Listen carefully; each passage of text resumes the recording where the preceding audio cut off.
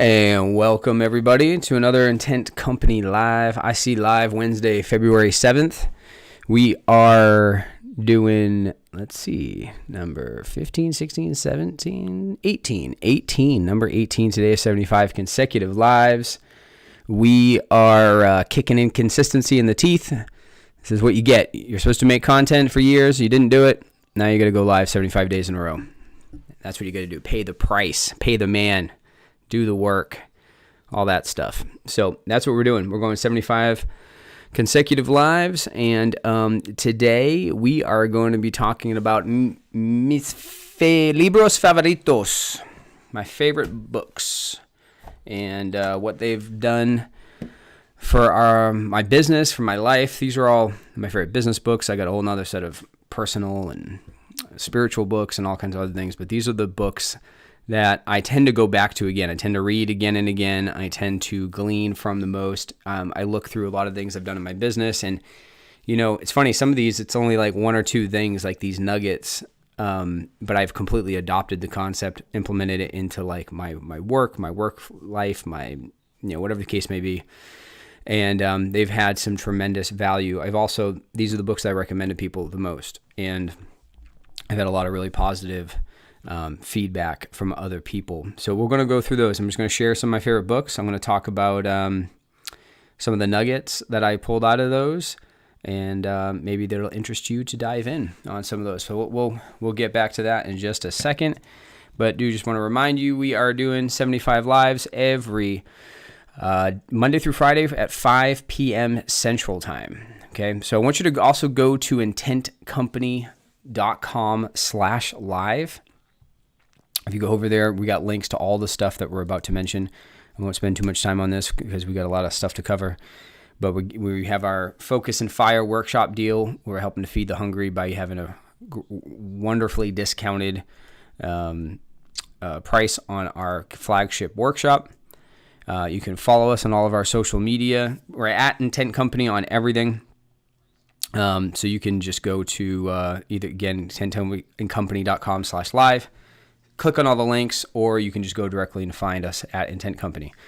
While we're talking about this, I think Braden wants to share a little bit about how you can help us get the word out of our lives, get these out. Hey guys, welcome back, and make sure to smash that like button, subscribe, and make sure to hit that bell for notifications. Excellent. Thank you very much, Braden. Help us get the word out. Just click the button, share the thing, engage, help us get the content out. And we do appreciate everybody who has been supporting us, all the kind words, all the different things that's been happening. But we would love to get some more momentum. We're heading into our 4th week. We're doing 15 of these, so I definitely didn't start this with any. I knew it's going to take probably 10 weeks to get some momentum. So we're building momentum, but we're doing the work. We're getting it done. 15 weeks is kind of a short period of time if you really think about it. There's these major things that you should be doing. A concentrated effort over a 15-week period of time can get some pretty amazing results in anything that you're trying to go after. So we're tackling content development right now. So on intentcompany.com/live, you can also take our customer journey assessment. You can also join the Intent Company group. This is a free access. I don't think I mentioned that enough, but you sign up for free. There's no cost. You get in there. You're going to get your private social profile. You're going to get access to a bunch of free trainings, templates, purpose-driven community. As I like to say, My personal aspiration is that Intent Company wouldn't be the name of the business I started, but it would be the name of a movement where businesses decided that they are going to be an intent company. Actually, you know what, Chelsea, let's write that down. I think tomorrow we should go over what is an intent company. Really, what is that? What does that mean? What's kind of the tenets of an intent company? That'd be a good thing to go through tomorrow because we talk, you hear the phrases, serve people, solve problems, customer journey, ethical marketing, all this different stuff. But there's some tenets that we believe is the most effective and ethical way to run marketing, run businesses. And we really want to see in this Intent Company kind of be that movement for that. All right. Wow Campaign Blueprint. This is the tool if you already have customers. If you've already got a good customer base and you want to figure out how can I maximize lifetime value, how can I get more repeat orders, more referrals, more positive reviews, then go check out our Wow Campaign Blueprint. It's a 75-page PDF, 30-minute demo overview of exactly the product. This is actually kind of the blueprint of the main product that we build for our company. So it's a great tool, and you can get it for free over there. Yeah, that's the last slide for that. So, Libros. And it's not just books. I love books. Books are amazing. I think I shared before in one of my messages, back when I was 24 years old, this epiphany, you say that word, but it really was an epiphany. When I realized at 24 years old, I didn't have to be a train wreck anymore. I didn't have to be a dirtbag. I didn't have to be a drug addict, that I could actually learn, grow, develop, and be more. Now that might sound like, obvious, but where I came from and kind of the things I was around, the people I surrounded myself with, that wasn't a common knowledge. That wasn't common application. And so when it hit me that, wow, like I can be different. I can develop, I can learn, I can grow. And it really created at 24 years old, at a very low point in my life, this hope. And from that point on, I have always immersed myself in books, trainings, audios, podcasts, whatever you want to call it. But like, it just kept pouring in. And that's the thing, is it's easy as entrepreneurs, easy in life, right? Like we're like, you're kind of like, I got it figured out, but there's nuggets, there's insights, there's info, there's the, as Jim Rohn said, right? Like you might just need that one more number on the combination lock, right? You might have 4 or 5 of them all figured out, but if you can get that last one, boom, you can unlock amazing things. So you might just need that one more nugget. And a lot of these books, there are just certain things that are just that one more nugget that I got. These are some of my favorite books. Yeah, they're my favorite books, business books. I have the physical copies, but man, you should take a look at my Audible or my Kindle. I got, hundreds and hundreds of titles in there. Personally, that's how I start off. If there's a book that seems interesting, somebody's talked about it, or I see it, I'll usually, if I can, get it as an Audible first. So, an audiobook. I like the Audible app. And I'll listen to it when I work out. I'll listen to it, just trying to, any of that little downtime, just listen to it. And what it does is it kind of gives me it lets it wash over me what the concepts are. But if I really like it, like usually after a couple of chapters, I'm going to be like, ooh, this is a good one. Then usually I'll buy the physical book too. Because there's something about the physical act of opening and, dog-earing pages and highlighting and, in digging into it and being able to reference it whenever you want, and having the, the markers in here for you to go to, it becomes, not just general information, it becomes something that's actionable. Now that's I will preface this. There's a very, very awesome verse in the Bible, and it says, "Do not be hearers of the word only and deceive yourself, but be also doers of the word." Now, that's obviously speaking of biblical truth and applying it, but boy, is that relevant for every area of our lives. Some of us actually have the problem, like you'd be like, oh yeah, books, I read books all the time. I'm constantly listening to podcasts. I'm constantly doing that, but you're not applying anything that you learned. So make sure that information doesn't just puff you up and you got more random things in your head. It turns into application. It turns into like, I did something different. I acted different. And so that's why too, like, so I don't recommend rushing too much. If you're getting into a really good book, some good stuff, don't rush. Don't just like, oh, how fast can I read this and go to the next one, right? Like, apply. I mean, you think about it. It's amazing, right? Some of these books, I always say it like this. You have someone who has become an absolute expert in a particular area. They've spent 10, 20, 30, 40, sometimes, I got some Dan Sullivan books in here, 50 years crafting their expertise. And then they sat down for whatever long it took, 3 months, 6 months, 9 months to create this book, and they deposited it. Like, it's like a wealth. It's like a wealth of information. It's a well. That's what it is. It's actually a well. And you've got the opportunity to extract as much value as you can out of that. Like, take your time, like, learn it, get it, apply it, meditate on it. And so one of the best disciplines that you can do when you're really like when I mean, I'm not saying like, you want to read like a fiction book, that's great. I read Lord of the Rings every single year, read a lot of like Sherlock Holmes and stuff like that. And it's just kind of like fun, and it's just, good. I don't need to like meditate on it. But if you're trying to grow and learn, be intentional. Be intentional what you're learning. And I'm going to tell you right now, journaling, like documenting what you're learning, is one of the most important things you can do. So I have digital and analog versions of ways that I extract data, or information, right? So I have an Evernote, but also with analog, I'll do a lot. So actually here's an example. So I was going through Matt Gray's Founder OS. Just found the guy recently. Seems kind of cool. I figured I'd try out some of his stuff. So I was going through like his online course, right? So if you notice, so I've got all these notes that I'm taking, but then what I do is I actually reserve a page, and I call it tasks. So you can't really see that, but get in focus. Anyway, you'll see the little squares next to it. So what I do is I reserve an area where, I'm documenting notes and ideas, but then every time I have I could do that, right? Like I could apply that. An application thing. I put it as an application, and instead of making a bullet, I make a box. Why? Because I can check the box off, right? That, to me, that's my visual. I'll probably do another live on journaling, and I actually have a course. So if you sign up for the Intent Company group, one of the free courses that's in there is called Power Journaling.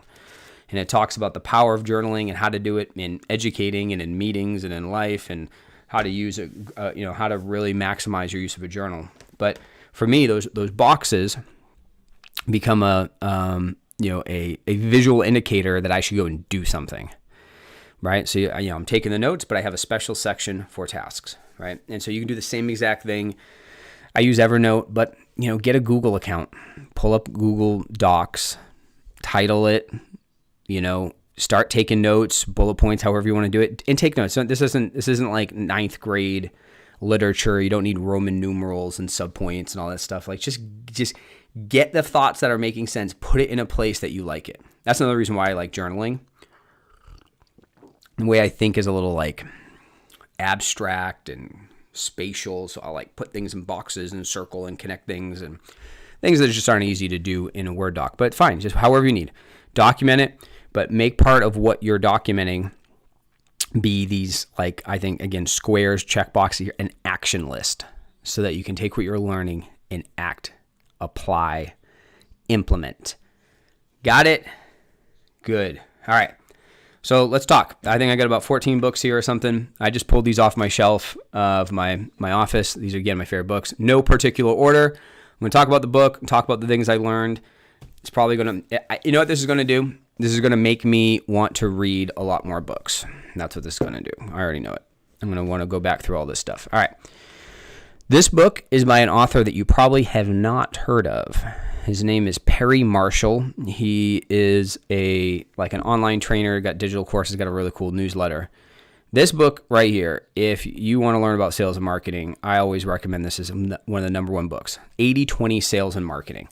And it's basically, if you know the Pareto principle, and we talk a lot about that here, right? The power of 80-20. And how do you apply? How can you apply 20% of your effort to get 80% results in your sales and marketing efforts? And there's so many good things in here, but one aspect of it that has always stuck with me is the idea that 80-20 is fractal. So something that he talks about, right? And he gives a lot of credit to Richard Koch, who has another book called 80-20, which I could have included here. It's actually in my Audible. But 80-20 is fractal. What does that mean? Well, what it means is that if 80-20, so if you guys know the Pareto principle, which is just super important to think about, just extracting that out of this book is so important. And that means, typically speaking, 20% of what you do produces 80% of the effort. or the results rather. 20% effort produces 80% of the results. So one example of that that I love to talk about, this fractal aspect, is 20% of the roads in DFW carry 80% of all the traffic. So there's 20% of the certain roads, like the major freeways, everything, they have 80% of all the traffic. So a small percentage of something produces a large portion of the result. But it's fractal. So what does that mean? That means that if you took only the 20% that represented the 80% and we only looked at those roads, then it would happen again, where 20% of those roads produced 80% of the potential traffic in there. And it keeps going deeper and deeper and deeper.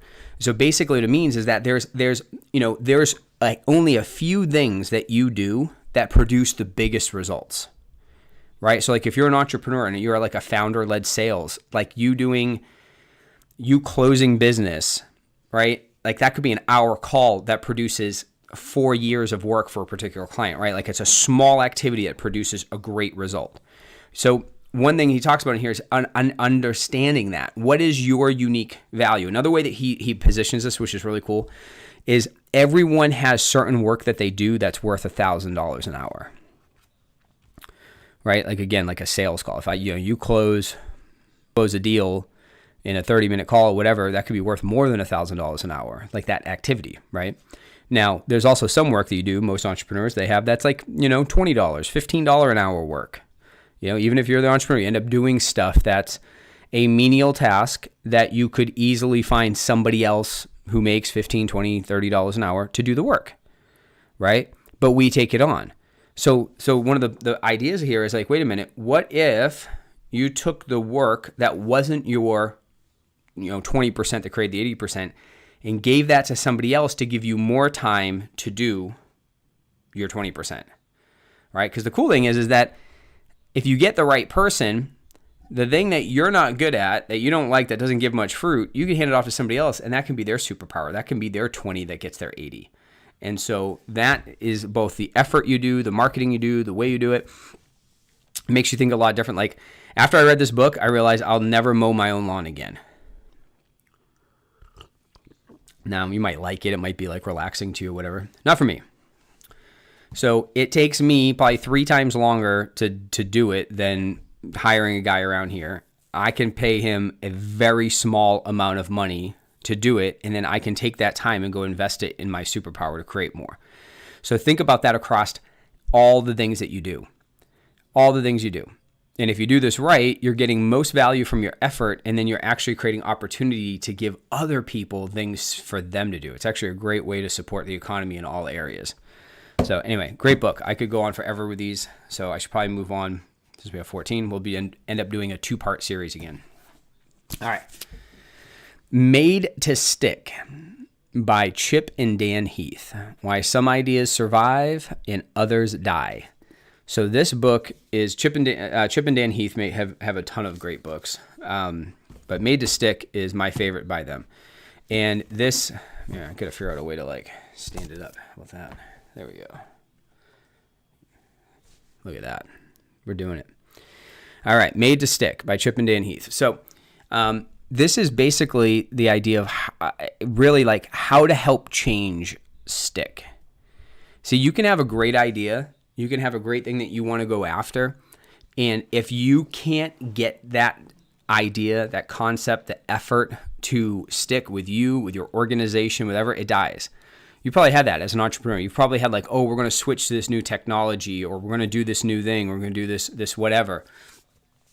And it just doesn't apply. It doesn't stick. Well, this book talks a lot about why that is from a communication standpoint, and how do we persuasively share ideas and create structure to help get ideas to stick. Because to be honest, every business, its growth is in its changing, is in its adapting, is in its evolving, it's 10x. You got to change what you're doing, so you're in constant change. And if people are very change adverse, risk adverse, and you can't get organizations to do new things and change, you're going to have a really hard time moving forward. You're going to get stuck doing the same thing. One thing that from a marketing perspective that I love is they talk in I think it's the opening chapter about the idea of schema. And so anytime that you're trying to convey or persuade someone, they say you always got to tap into someone's schema. And so what they mean is that like a schema is basically people already have things that they know. And if you're going to explain something new that they don't know, you need to basically reinforce the thing that they do know and kind of explain it. Let me give you an example. You may not know what a mangosteen is.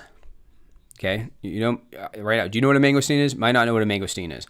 Well, I can tell you, a mangosteen, I'm going to explain it. A mangosteen looks like a plum, but it's got a really hard outside. And when you peel it off, it has a very white custard, sweet, tart, yummy middle. Almost looks like garlic cloves. So now you actually know. In your mind, you probably picture what a mangosteen is, even if you've never heard of it, and even if you don't know what it means. Why? Because I use things that you did know. You do know what a plum is. You do know what a hard exterior is. You do know what a garlic clove looks like. So I use things that you knew and words that you knew, and now you have reframed and understood a new concept because I've tapped into what you already know. So as a marketer and in presentations and in content and things you're doing, it's really important when we're explaining new things to make sure that we're tapping and grabbing hold of ideas and thoughts and beliefs that people already know, have, and believe to be true, and then talk about how it's like that with various iterations. There's so much more in this book. Again, it's huge, but this is a fantastic book if you want to help get change to stick. All right. Oh, it's one of my favorite books. I love this. Dev Patnaik. This book is, oh man, I got a lot of reading. I'm going to have to read all these books again. They're so good. Wired to Care by Dev Patnaik. Now, I think I'm saying his last name right, so I'm sorry if I'm not. But this book is one of the most important business books you can ever read, and it's kind of not about business. It's about empathy. Wired to Care. It's all about empathy. And the whole book is basically talking about how can you utilize the power of empathy to connect and create amazing things for the people you get to serve. You know, a lot of where I came up with this customer journey marketing and the idea of customer journey marketing and all that came from reading this book.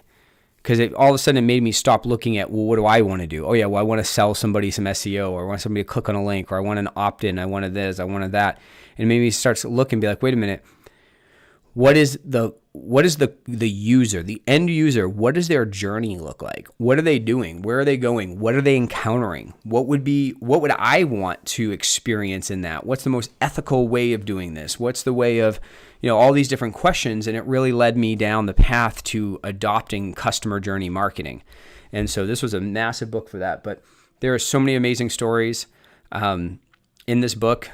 I'll share one quick one. Again, I'll probably butcher the details, but you'll get the concept. It's in the book. Amazing book. He talked about this.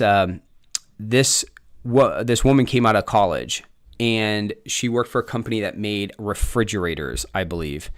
And these refrigerator designers were all like, engineers, and they're all like, the same. Like they're all like late 20s, early 30 white dudes from affluent areas, creating refrigerators, selling refrigerators, right?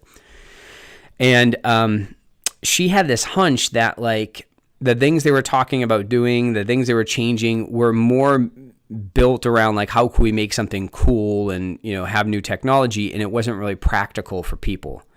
And so she started to look at some of the demographics that might use these products, especially ones that may have challenges, right? So thing that she kind of hit on was this idea of like an elderly woman. And so what she actually did was she completely dressed and created limitations as if an elderly woman would have. So she wore like glasses that actually made her not see well. I think she even did something like with a brace or something that made her like limited, and like did some things to restrict her hands and she went full mode. And she did things like walk around the city, try to get on the bus, try to go places, try to open a refrigerator, try to use the thing, try to make food. And she got so much empathy by actually putting herself in the shoes of the customer they're going after. And it gave all these amazing insights. And that kind of became the backbone behind her ability to do product design, was really, again, getting into the character or understanding the limitations of the individuals that would be using the products. And so that was an awesome story. And so, I mean, think about that, how that applies for marketing, right? Like what can we do to better understand the unique challenges, the real needs, the pain points, the core things. And this is one of the things that I came up with to get to, or I use this to come up with the idea of Bob, the benefit of the benefit. Benefit of the benefit of the benefit. All right. Nobody ever buys what you're actually selling. They buy the benefit of what you're selling. In fact, they buy the benefit of the benefit of the benefit. People are making decisions on these core instinctual and need-based realities, but what we sell is feature and advantage and high-level things that don't really resonate. And so that's because we lack empathy for the true reason why particular people are using the products and the services that we provide. Awesome book. Again, they're all awesome. These are my favorite books. I wouldn't put them up here if they weren't awesome. All right. Gary Keller's The One Thing. All right. Gary Keller started Keller Williams Real Estate. I think Jeff Passan is also the co-author. Papasan, sorry. Sorry if I'm butchering authors' names, but The One Thing. So this book is all about focus and priority, right? It's because if you think about it, there's always only one most important thing to focus on. There's always one thing that is the most important. That's what the word most means. It's more important than everything else, than anything else. And unfortunately, and I'm guilty of this quite a bit, we often spend a lot of our time, attention, manpower, dollars in things that are not the one thing. They're lesser things. It's very easy to be busy and be productive, but we're pushing the wrong rock up the hill. Right? There's only one thing. I think the opening story talks about a Russian proverb that says, he who chases two rabbits catches none. And I think that is very, very accurate. All right, it's especially in today's day and age with all of the different things pulling our attention, the media, we got to do all this stuff. Like, we get pulled in so many different directions. And most of the time why we don't see progress in the things that we know we need to do is because we lack a focus, a priority, and a determination to see that thing get done. So, great book. One Thing, challenging. Also, these guys have a bunch of really cool online stuff, like habit development, productivity stuff. They got a whole cool online things. All right. Influence by Robert Cialdini. I hope, again, sorry for everybody if I'm butchering last names. But this book is fantastic for this is one of the most interesting books as far as in its development. So this guy's a doctor, PhD in psychology, and he wanted to write a book to help the marketplace, like people, like end users, people who buy products, help them understand why people how businesses persuade people to buy things. Almost like hey, we're going to tell you how these people are tricking you into buying their products kind of thing. And it's funny, as he wrote this book and he talks about like the 6 main markers of influence: scarcity, urgency, reciprocity, the 6 of them. And this ended up becoming a massive business book because now, right, this is supposed to be like a thing to help all the users be aware of what to look out for. It became this massive business book. But it also, I think, in that process, helped him realize the importance of giving businesses real practical tools to help influence and the ethical, nature behind it. Because you can use these same 6 principles to manipulate people, or you can do it to be persuasive and help people. He came out with another book called Persuasion later on, again, geared completely toward businesses. But this is a fantastic book on understanding the power of influence, why people make decisions, how you can set up your campaigns and marketing and all these things to create the highest level of persuasion and influence as possible. Good stuff here. All right. Jocko Willink. Hitting the mic. Extreme Ownership. So if you guys don't know Jocko, he's amazing. He's got a really hardcore podcast. He's the guy who gets up at like 4 a.m, smashing kettlebells, ex-Navy SEAL. I'll tell you what, I have the book, as you can see, but the Audible book is amazing because it's got a lot of like war stories from like Iraq and all this stuff. And you just basically talks about, the power of ownership, right? Of individuals who say it's on me, right? Taking responsibility, and then how responsibility looks, how it looks in team dynamics, how it looks in, all these various things, but it's all applicable to business. So basically talking about the power of responsibility.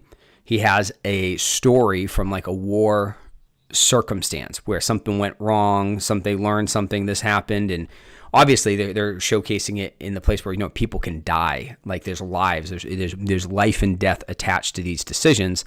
Then using that as a framework to talk about how does that apply to your leadership and your business and all those other things. So it's a fantastic book, great book. Jocko's awesome, just in general. His podcast is amazing.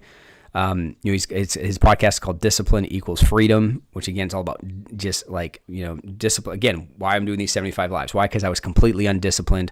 So I got to punch that in the teeth, get disciplined, right? Also, if you got kids, like between the ages of, say 6 and 12, probably 6, maybe a little older, right? He's got a series of books called Kid Warrior. And I started reading them with Braden, and it talks all about, again, self-discipline, self-control as youth. And it's a really great book, and just the way the stories, and it's great. It's very good for kids. Awesome stuff. You should get it for your kids. All right. Atomic Habits. Everybody's probably read this one. This is a big one. It's funny, I was on James Clear's newsletter early on when he first started, like very, very. So like I kind of followed all of his stuff. A coworker shared with me his newsletter, and then it came up with the book and the stuff, and now he's just great in it. So it's been pretty awesome to watch his thing. And talk about discipline. He's just somebody who is very consistent with newsletters and things, and then the book, and it's awesome. I would definitely. I did a whole series on habits last week before, what have you, and I talked about Atomic Habits. I also talked about another amazing book that I couldn't find the physical book. I lend books out a lot. I do. I'm always like, hey, you need to read this book. I need to have a checkout system, because you know what? They tend not to come back, and I don't know who got them. So it's all right. We're sowing seeds of great books, and we'll buy new ones. But the other book that I could have put right here with it is by Charles Duhigg, called The Power of Habit. But Atomic Habits talks about that book a bit, expands on some different ideas, but it's a fantastic book, all about, as it says in its subtitle, tiny changes making remarkable results. So it talks about how like small, incremental, tiny changes compounding over time create amazing results. And it talks about, how do you create a habit? How do you destroy negative habits? What are the types of habits that you should be creating? Obviously, this applies to all areas of your life. As I mentioned in the Habits and Routines series that we did a bit ago, if you're intentional about crafting really great habits, it's almost like a part of your life is on autopilot a little bit, right? Like you're just kind of flowing, right? You're kind of you're doing the good, positive things that you need to do on autopilot, and that compounds, and then you can keep adding on to it. So really, as the Aristotle quote that I shared is, it says, now I'm going to butcher the quote, but basically it's like, we are what we do every day. So excellence, therefore, is, not an event, but now I'm butchering it. But basically what it means is you are what you do every day, right? So your excellence in anything is a byproduct of your daily decisions, your daily disciplines. And so habits are a fantastic thing. Way to be intentional. And the thing is too, is you have habits right now that are actually sabotaging your success. You might not even be aware of them, but you need to be, and you need to deconstruct them. So this book goes into that. I will also recommend go check out our episode that we did on routines and habits. We actually did a 2-part things on routines and habits. All right. This is a good one. I haven't read this one in a long time. The Lean Startup by Eric Ries. Okay. So the backstory behind this book is so cool. So Eric Ries is an entrepreneur, a startup entrepreneur, working with software companies. So he started many software companies, and then he helped become a consultant to help start startup software companies. And one of the things that he talked about was how there's so much waste, right? So you think about a typical tech startup, software startup, right? Especially 10 years ago, there were so many VCs and stuff giving out 50 million, 100 million, massive rounds of investment dollars. And, in these kind of companies, they're basically set up where you need to limit your burn rate, right? So you got so much money in the bank and you're burning it down to zero, hoping to become profitable. So you refill it up. All right. And they'll have multiple rounds of investments. They have their, angel funding. They have their round A and B, all these different investment things that are coming in. And what he recognized was there's so much waste because of how much time software companies would take to build a product. So basically what they would do, he would say, is so many companies would want everything to be perfect, right? The UI, the design, all the things. So they spend tons of money, tons of effort, tons of people to create this amazingly fully fledged product before it goes to market, but they never even tested if people like it or not. So it either wins or it doesn't. And if it doesn't, they've already blown through so much money that it's hard to recuperate. So one of the ways that he was successful in his startups and what he would coach people on is to create what he called a minimum viable product, an MVP. And that means how could you make a product that is not perfect, is not completely beautiful, is not the best that it can be, and it's not. It's a minimum viable product. So it's good enough to get it in front of real people, get it in front of real customers so they can push buttons, use it, do this, and then you go and get your feedback. You go, okay, well, what did you like? What did you not like? And then you also usually look at the data. What did they use? What did they not use? And then you create a hypothesis of, I bet if we did this in the software, we would get a better result. And then you go and you iterate, you make it better, Sound like something? Well, if you've been listening to my stuff, this is literally, I stole this entire concept for our, what we call SAM, strategy, action, measure. I have a strategy, what I think is going to work. I act and I implement, and then I measure what worked, what didn't work, and then I let that affect the strategy and then act. And we create this flywheel effect, a feedback loop. And so it's the quickest way. And if you think about it, almost every business that you see today that you think is great and is successful, they are radically different than what they first started out as. They've iterated so much over time, right? Like Amazon was like an online bookstore. Like that's all they sold, books. Now look what they do, right? So they iterate. Another thing he talks about is sometimes you iterate and you realize my idea just kind of sucks and nobody wants this. So what do you got to do then? You got to pivot. And so there's a lot of companies that have pivoted. I don't have them right off the top of my mind, but you can actually look through this. So many companies today that are like really successful that when they first started were doing something completely different. Like not like Amazon bookstore to online retailer of everything. Like that's iterative. There's so many companies that they just completely flipped the model. What the product they sold, the time they did, they reinvented themselves. And so that's called a pivot. So anyway, I mean, again, it's all in the context of software startups, but the wisdom is for every and any business. Fantastic book, The Lean Startup by Eric Ries. All right, Donald Miller's Building a Story Brand, the good old story brand book. I could put some other ones up here. It's funny is the whole idea of storytelling and brand narratives and all that stuff I actually got from Nancy Duarte. So I could have brought her book in here. That one actually had the most impact in my life. She's got a bunch of different books. But whether it's Nancy Duarte, Donald Miller, what's his name? The Story Braid guy. Advancing Your Story. My gosh, I cannot believe I forgot his name. I'm sorry. We'll have to put the pop-up there. He works with Grant Cardone, does the 10X stages.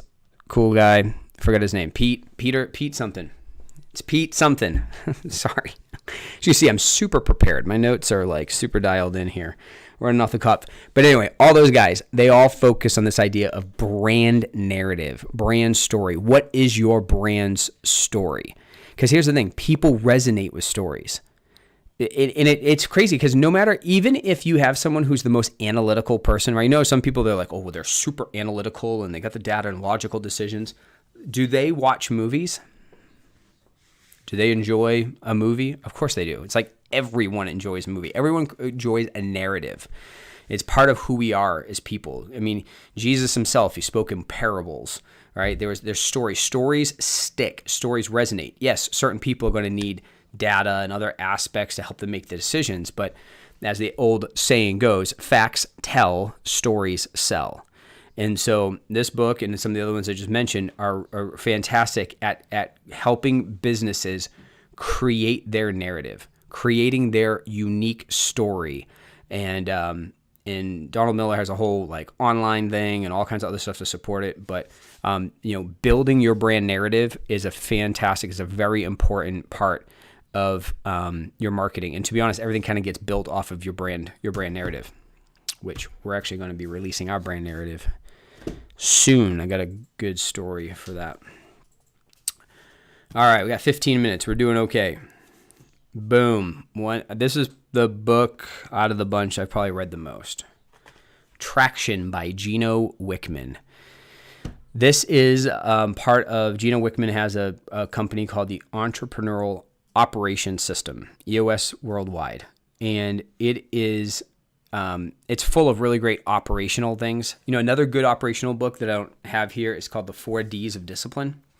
It's by Franklin Covey. It's another good one. I really like this guy. I like Gino Wickman. So how do you run meetings? How do you hire? How do you find the right people? Like all operational stuff. It's super good. But I'll tell you, there's one nugget, one thing from this book that's just like hit me like a ton of bricks. And it says that every great organization needs to have a visionary and an implementer. And if you think about it, a lot of entrepreneurs are visionaries. I'm one of those. I see the future. I see the idea. I want to invent things, invent products, all this stuff.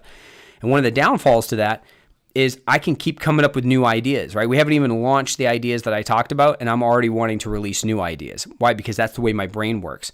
So what I need in my organization are really strong implementers, right? Chelsea, Larissa, super strong implementers. So I can come up with that idea, they grab hold of it, and then they're like, okay, no, we're implementing it. We got tasks. They can tell me to chill out until we're done doing what we said we were going to do before. And so that concept alone, so like in your business, you got to think, are you more of a visionary or are you more of an implementer? And you need both.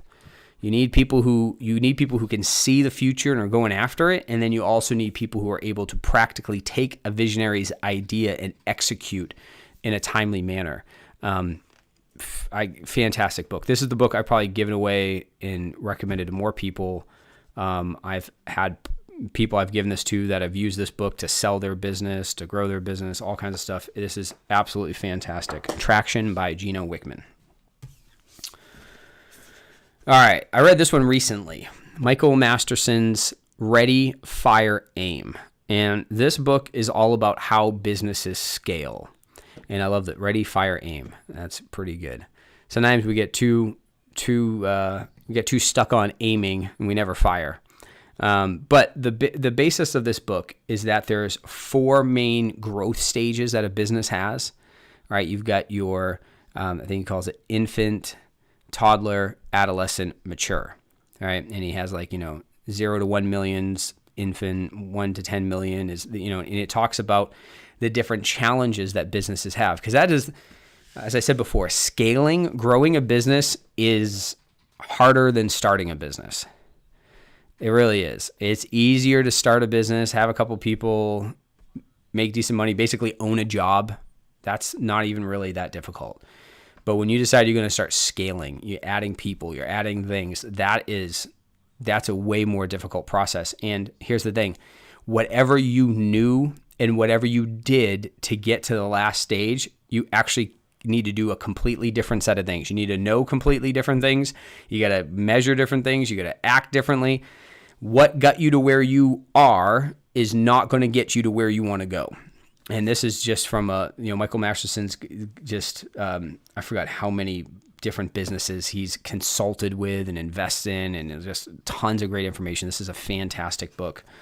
Where my stage of the business is, I only got to read half of it. I wanted to focus on that first half before I get to the rest of them. But this is awesome book for scaling your business. All right. Good to Great by Jim Collins, an absolute classic book. Jim Collins, he's written so many Built to Last, other great books, but basically he owns a a research company. And they did this massive study, and they looked at businesses that had gone from good to great and what similarities they had. Because it's hard to measure what is a good business versus a great business, they just use like stock value, like what's the value in the stocks. So it's obviously limited to public businesses and things like that. But I think they looked at like 25 businesses that basically had a set value over like a 10-year period. And then all of a sudden, just a massive spike. And then they stayed at that massive spike for, again, another like 5-10 years or something like that. So they went from good to great.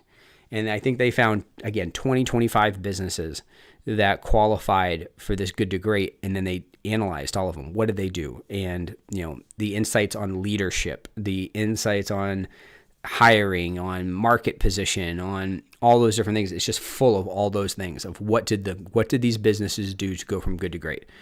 So this is an absolute classic, another great book. I've recommended this a million times as well. Definitely a good one to check out. Good to Great.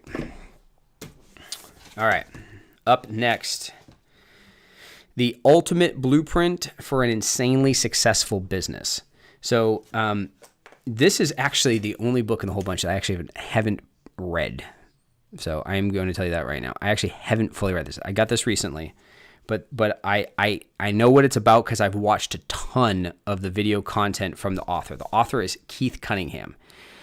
Keith Cunningham is like your favorite guru's favorite guru. Kind of like the next guy, these last two, Dan Sullivan and Keith Cunningham. You might not know them, right? They're not Alex Hormozy and Grant Cardone and Tony Robbins and all the people, right? But these guys, these next two guys, Keith Cunningham and Dan Sullivan, they're the guys that those guys I just mentioned, they're the books they read. They're the people they listen to. They're the courses that they buy. And Keith Cunningham, what he really focused on, this is awesome, how great operators get tired, great business owners get rich. And one of the key things that I get from Keith Cunningham that's absolutely fantastic is the financials. He he blows my mind with the way that he looks at business finances and cash flow and all of those things, and really challenges me in that area. And so anything by Keith Cunningham is really great. But this book right here, actually, like I said, I just got it. I can't wait to dig in on it. But like one of the things he talks about in here is, again, I've seen like his trainings and the videos and gone through a lot of his stuff, is creating like your operational scorecard, right? So every business needs to have a scorecard of how well it's operating. And that scorecard will give you the best indicator for how successful your business is going to be. Are you doing the right things? Are you going the right direction? All that. So Keith Cunningham, great stuff. All right, last one. And I actually just finished this book today. And this is a really good one. 10X is Easier Than 2X by Dan Sullivan. And what he's talking about, like that sounds a bold statement, right? How is 10Xing your revenue, 10Xing your business easier than 2X? Well, it actually goes back a lot to the first book that I shared, the 80-20 Sales Marketing. This is another book in that frame of 80-20. Because there's certain things that you do that are 10X more valuable than certain things that you do. And so this book is all about how can you as a leader, how can you personally operate out of the things that's creating 10X more results, 10X more pleasure, 10X more effort. And then how can you empower your team to operate that way and to create an organization that's constantly, focusing out of their unique superpowers, focusing out of the thing that they do best. And there's tons of good content in here. It talks about how you find the right team members, scale a team, what you do, how you got to reinvent yourself. It's challenging.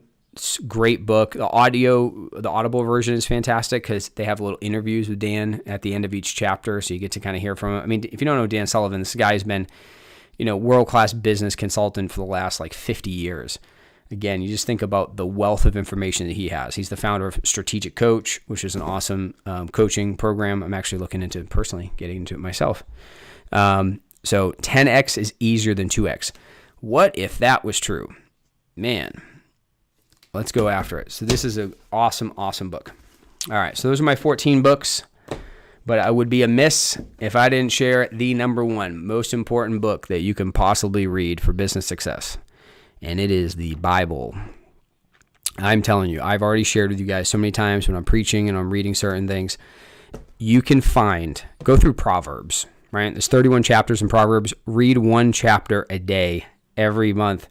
And you are going to find in one sentence and one phrase principles that represent almost everything that we talked about here. Right? Because this is truth. And truth is truth. Truth permeates from everything. Everyone just finds truth. They stumble upon it. They frame it in their own way. But I'm telling you, man, how much of this can be found in here. And the thing, this is the living word. Eric Gilmore says this amazing quote. He's a pastor, and he says, the Bible is the only book that the author can be present when you're reading it.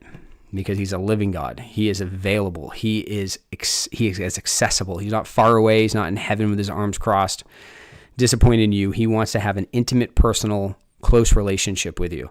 And so, like I've said before, I won't get into this too much, but everything in my life changed when I understood not just what this said, but the person who wrote it.